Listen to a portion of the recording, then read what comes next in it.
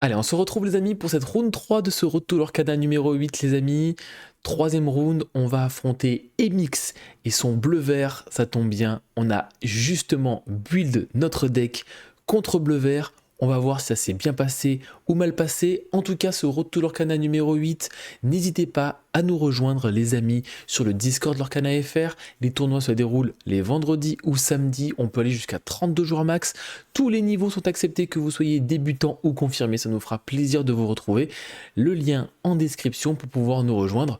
Et puis let's go quoi. Let's go, let's go. N'oubliez pas de lâcher votre meilleur commentaire, un petit pouce en l'air et un petit partage, ça fait toujours plaisir. N'oubliez pas que c'est ces petits gestes qui sont gratuits pour vous, je vous le rappelle, aident énormément la chaîne. Donc merci à ceux qui prennent le temps de mettre un petit quelque chose.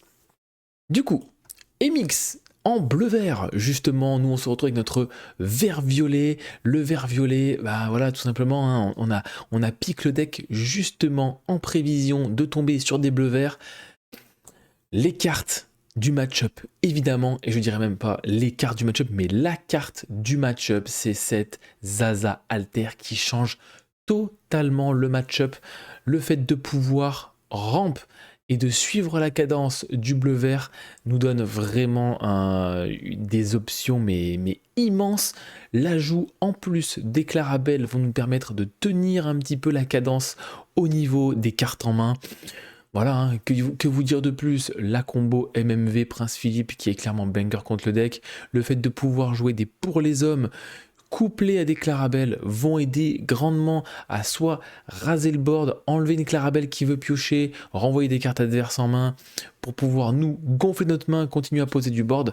L'avantage, c'est qu'on a énormément de cartes à faible coût et à partir du moment où la Zaza fait son travail, qu'elle nous permet de ramp, Clarabelle qui nous permet d'avoir des cartes en main, on peut facilement spam le board.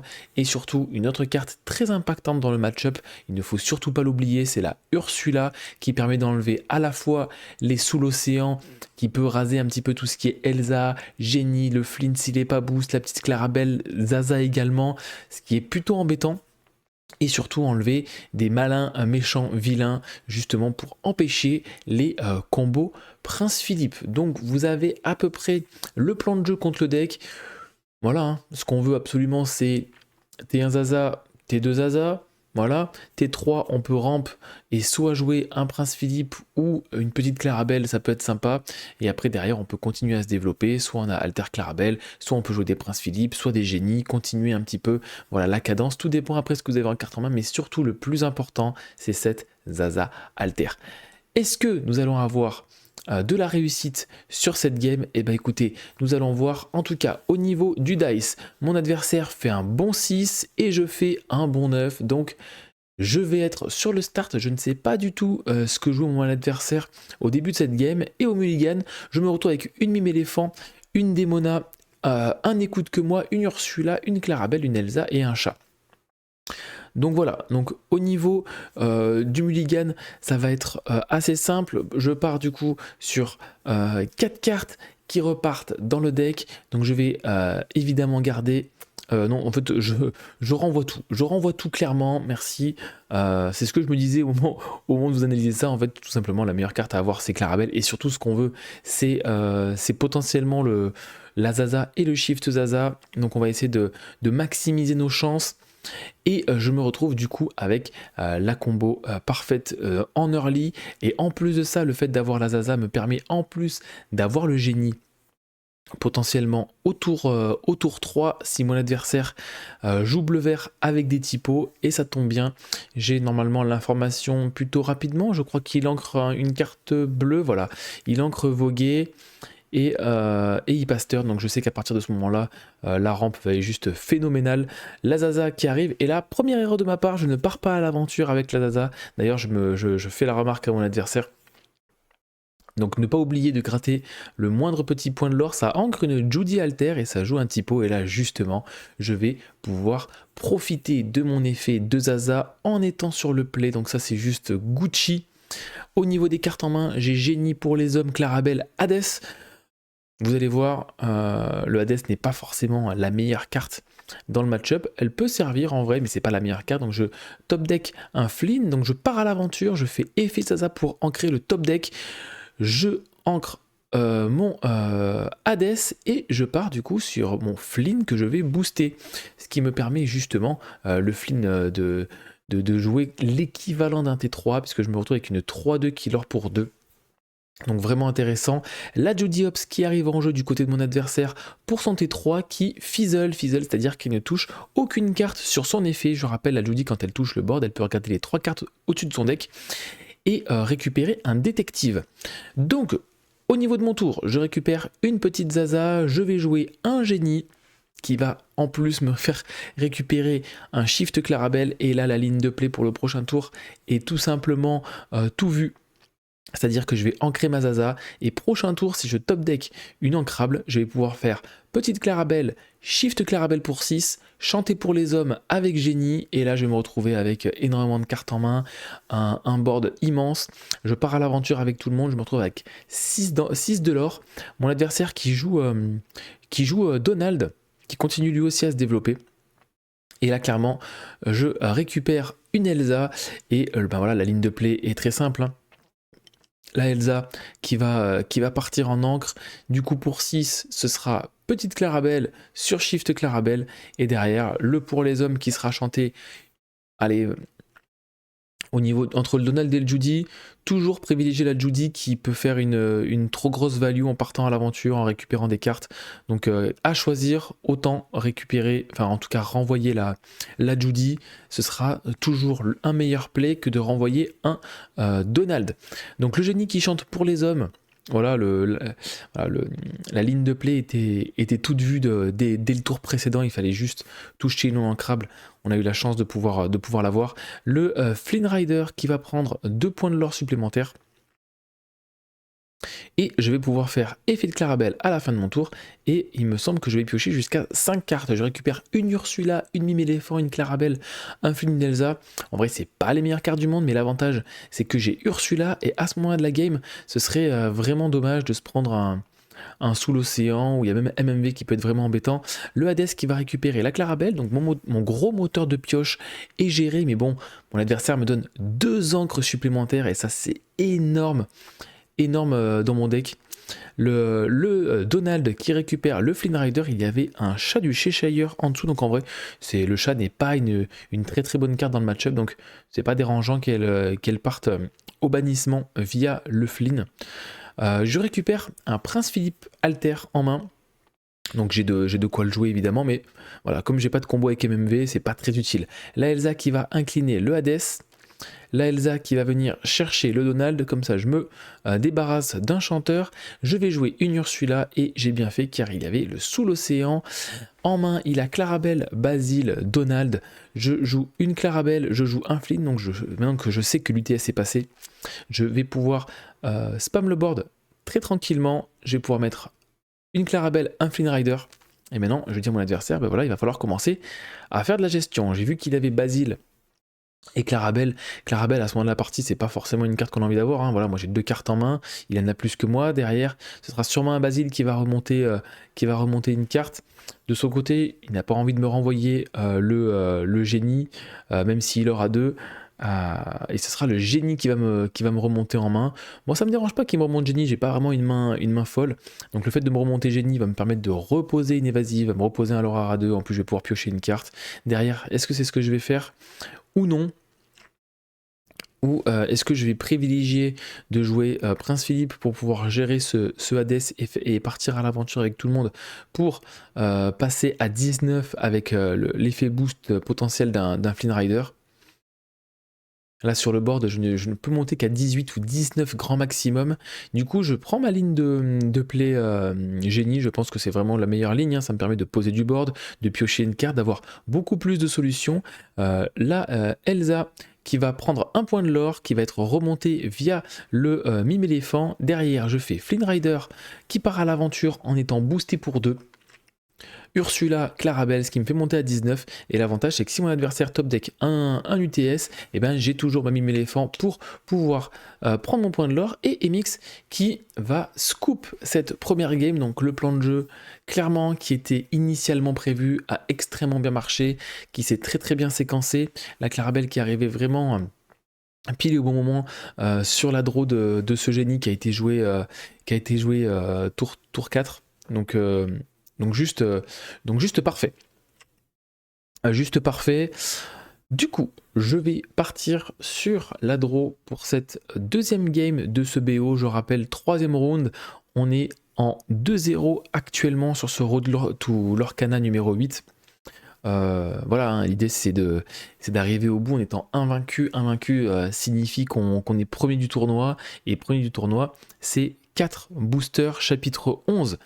Remporté, le second en remporte 3, le troisième en remporte 2 et le quatrième remporte un booster. Je rappelle pour ceux que ça intéresse, hein, le tournoi est 100% gratuit et tous les niveaux sont acceptés.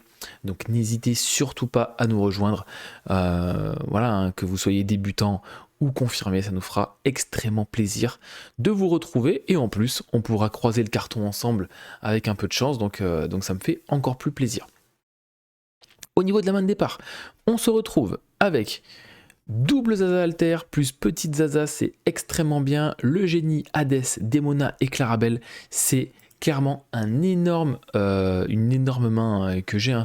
Elle n'est pas 100% full optimisée, mais le fait déjà d'avoir Zaza plus Zaza Alter, c'est juste banger. Je vais renvoyer 3 cartes, donc je vais renvoyer Hades, Demona et la Zaza Alter pour garder le génie et la Clarabelle.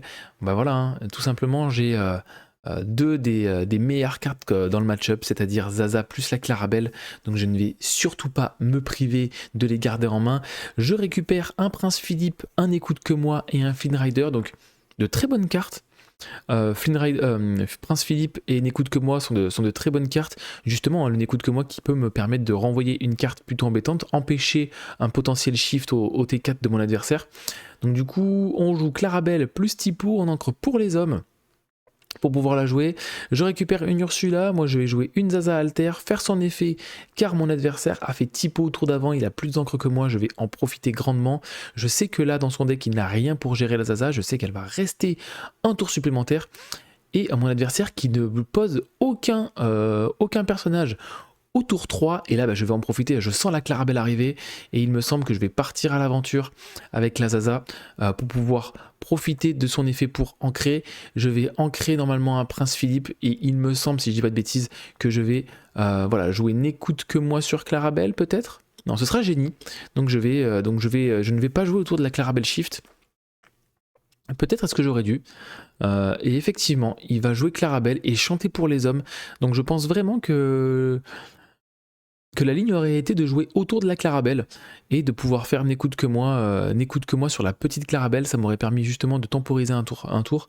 Mais en vrai, de temporiser un tour, ça m'aurait fait jouer la Clarabelle un tour avant lui. Et derrière, peut-être qu'il m'aurait fait Clarabelle pour les hommes sur Clarabelle. Et là, j'aurais vraiment perdu énormément de board et de value. Donc la Ursula qui est jouée, il y a UTS pour les hommes, malin, méchant, vilain.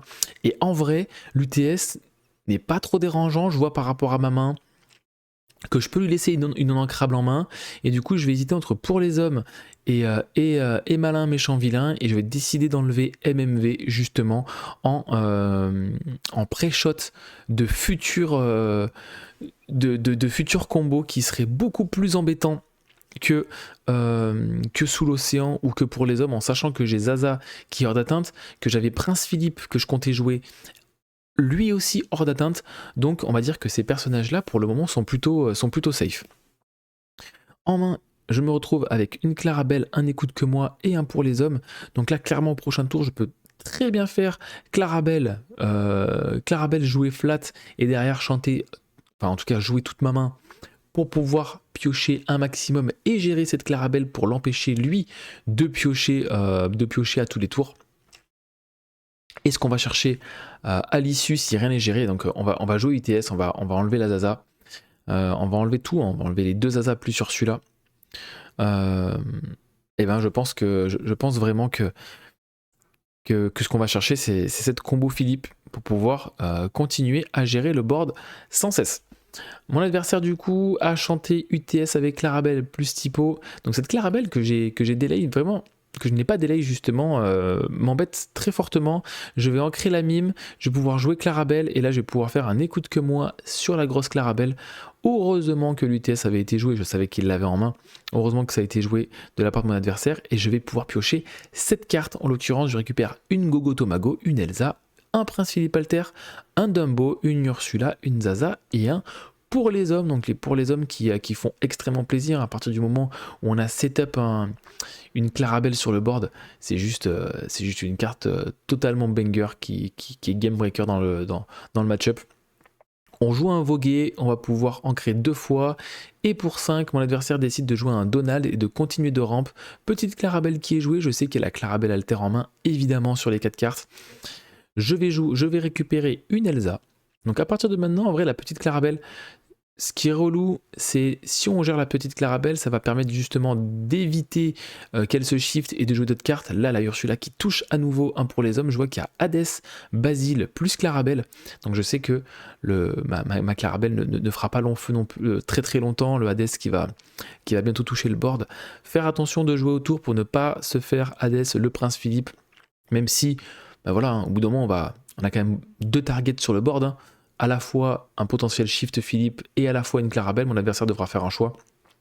Et ça c'est vachement bien quand on oblige l'adversaire à faire des choix qui sont un peu relous à faire. Hein. Le fait de gérer soit Prince Philippe, soit Clarabelle, c'est que soit on enlève un insaisissable qui aura 3, soit on enlève le piocheur. Donc après c'est à lui de prendre ses décisions. Je décide d'ancrer une Elsa pour jouer une Elsa. Je vais du coup incliner la Clarabelle et je vais justement éviter un shift Clarabelle pour que en fait, il joue le shift à 5 et que derrière, il puisse jouer encore d'autres cartes. Donc, je vais le forcer à jouer une carte à 7 pour justement avoir moins d'encre disponible pour pouvoir potentiellement jouer un pour les hommes, jouer d'autres cartes. Donc voilà un petit peu l'idée derrière. La Clarabelle, je pense que le Hades va tomber sur elle, donc je préfère la faire partir à l'aventure pour grappiller un tout petit peu de l'or plutôt que de la laisser redresser et qu'elle se fasse Hades sans profiter de son lore à 2. Mon adversaire, je rappelle qu'il y a Basile en main plus Hades et une inconnue. Donc du coup ça joue Basile et ça va jouer Vogué. Du coup il va pouvoir ancrer 2 fois et faire défausser 2 cartes. J'ai 4 cartes en main, ça ne me pose aucun souci de défausser des cartes à ce moment de la partie. Étant donné que j'ai pour les hommes en main, et ça c'est juste parfait. Je veux dire, voilà, tu me fais défausser, allez, 2 cartes si tu le souhaites, je peux enlever Gogo Tomago, je peux enlever soit Prince, soit Dumbo, et derrière, en fait, moi, mon board, il va quasiment rester, il ne peut pas gérer à ce moment-là de la partie ma Clarabelle, parce que le Donald tape à 3, le Typo tape à 1, donc dans aucun monde, ma Clarabelle est en danger, et effectivement, le pour les hommes va être totalement banger. Donc on va en créer une Judy, on va faire l'effet du Basile pour payer 1 pour me faire défausser un de mon choix. Je décide de défausser Gogo Tomago. À ce moment de la partie, c'est pas très intéressant de la garder. Je récupère un deuxième Prince Philippe. Donc il me semble que en vrai là la bonne ligne ce serait de jouer un Dumbo. Et c'est ce que je fais. Je vais faire l'effet de la Elsa, enfin en tout cas l'effet de Dumbo sur Elsa pour gagner un point de l'or et piocher une carte. Je vais récupérer une mime éléphant. Et là, play intéressant, c'est que je vais ancrer Prince Philippe. Et là, en fait, je vais mime éléphant ma Clarabelle pour justement éviter de me prendre le Hades dessus. Et je pense que c'est vraiment une très très bonne ligne parce que, étant donné que j'ai le pour les hommes qui arrive en jeu, si jamais mon adversaire veut me Hades, il va me Hades là maintenant un Dumbo à la limite, et prochain tour je peux Clarabelle, chanter pour les hommes, quest, et je rappelle que je suis quand même à 13 de l'or, donc mon adversaire décide de faire Clarabelle, il a une carte en main, il décide d'ancrer et je vais défausser un Prince Philippe. En vrai le Prince Philippe à ce moment de la partie, ce n'est pas plus dérangeant que ça, de toute façon je sais qu'il n'a pas la combo, je sais qu'il a Hades en main. Donc je me retrouve extrêmement bien dans la partie. Il décide de prendre quelques points de l'or, ce sera... non, il décide de prendre des trades, il décide de prendre Ursula plus Zaza, donc il enlève du lore sur le board. Je récupère un génie, j'ai suffisamment de cartes en main pour faire énormément de petites bêtises. Donc là, je réfléchis un petit peu. J'ai 1, 2, 3, 4, 5 de l'or sur la table.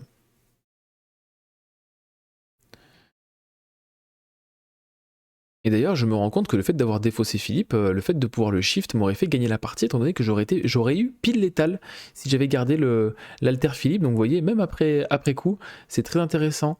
C'est très intéressant de voir un petit peu le miss winning game, on va dire, de la partie. Mais voilà, j'ai temporisé un tour de plus alors que j'aurais pu gagner la partie. C'est très intéressant à voir. Le prince Philippe qui part à l'aventure, je suis à 17. Ah non, il m'aurait peut-être manqué un du coup. Non, parce que j'ai chanté avec la mime. Donc effectivement, je pense que c'est... Enfin, c'est même une erreur de ma part d'avoir enlevé ce prince Philippe parce que ça m'aurait fait gagner la partie. La Clarabelle qui entre en jeu, le pour les hommes qui est joué sur la Clarabelle. Derrière, j'avais plus de cartes en main et je me retrouve avec double génie, Elsa plus Prince Philippe. Donc je me retrouve encore une fois extrêmement bien. Le voguet qui est joué de la part de mon adversaire, je suis à 17 de l'or. La seule façon qu'il a de gérer mon board, c'est de faire MMV et Prince Philippe. Et quand on a trop peu de cartes en main, c'est toujours délicat. Là, ça va partir pour 7, un Hades sur ma Clarabelle.